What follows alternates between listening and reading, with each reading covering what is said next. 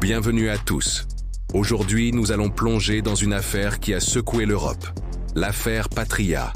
Un scandale de corruption internationale qui met en lumière les zones d'ombre du commerce de l'armement. Imaginez la scène.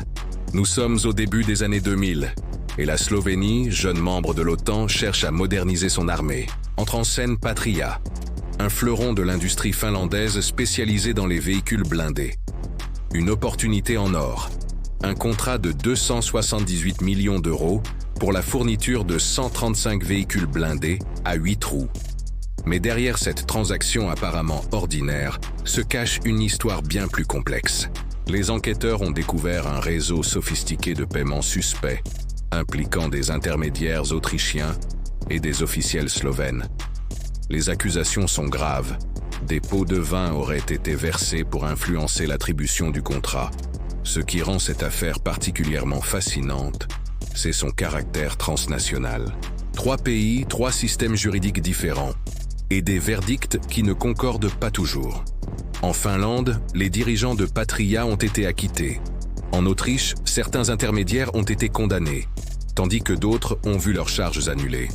En Slovénie, l'affaire a connu de nombreux rebondissements judiciaires. Prenons un moment pour comprendre l'ampleur de cette affaire. Les enquêteurs ont mis au jour un système complexe de sociétés écrans et de consultants, utilisés pour dissimuler le versement présumé de commissions occultes. Les montants en jeu, plusieurs millions d'euros qui auraient transité par différents comptes bancaires en Europe. L'impact de cette affaire va bien au-delà des tribunaux. Elle a provoqué une onde de choc politique en Slovénie, remettant en question les pratiques dans l'attribution des marchés publics de défense. Elle a également soulevé des questions cruciales sur la transparence dans le commerce international d'armement.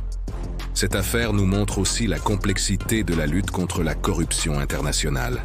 Comment coordonner les enquêtes entre différents pays? Comment harmoniser les procédures judiciaires? Comment s'assurer que justice soit rendue de manière cohérente par-delà les frontières? Les conséquences pour Patria ont été significatives, même si l'entreprise a finalement été blanchie dans son pays d'origine.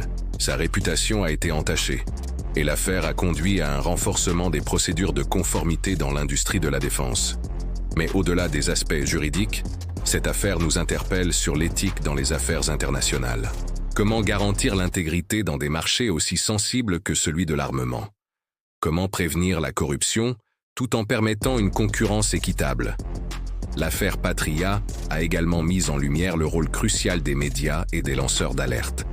Ce sont leurs investigations qui ont permis de révéler au grand jour ces pratiques douteuses. Sans leur travail acharné, ces arrangements auraient pu rester dans l'ombre. Les leçons à tirer sont nombreuses. D'abord, la nécessité d'une plus grande transparence dans les marchés publics de défense. Ensuite, l'importance d'une coopération internationale renforcée dans la lutte contre la corruption. Enfin, le besoin de mécanismes de contrôle plus efficaces.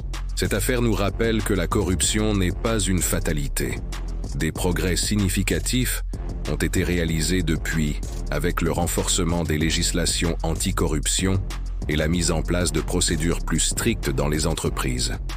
Aujourd'hui, l'affaire Patria reste un cas d'école, étudié dans les écoles de droit et de commerce. Elle illustre parfaitement les défis de la mondialisation et la nécessité d'une vigilance constante dans les transactions internationales. Si vous avez trouvé cette analyse intéressante, n'hésitez pas à vous abonner à notre chaîne pour plus de contenu sur les grandes affaires qui façonnent notre monde. Laissez un commentaire pour partager votre point de vue et activez la cloche pour ne manquer aucune de nos futures vidéos. Merci de votre attention et à très bientôt pour un nouveau sujet passionnant.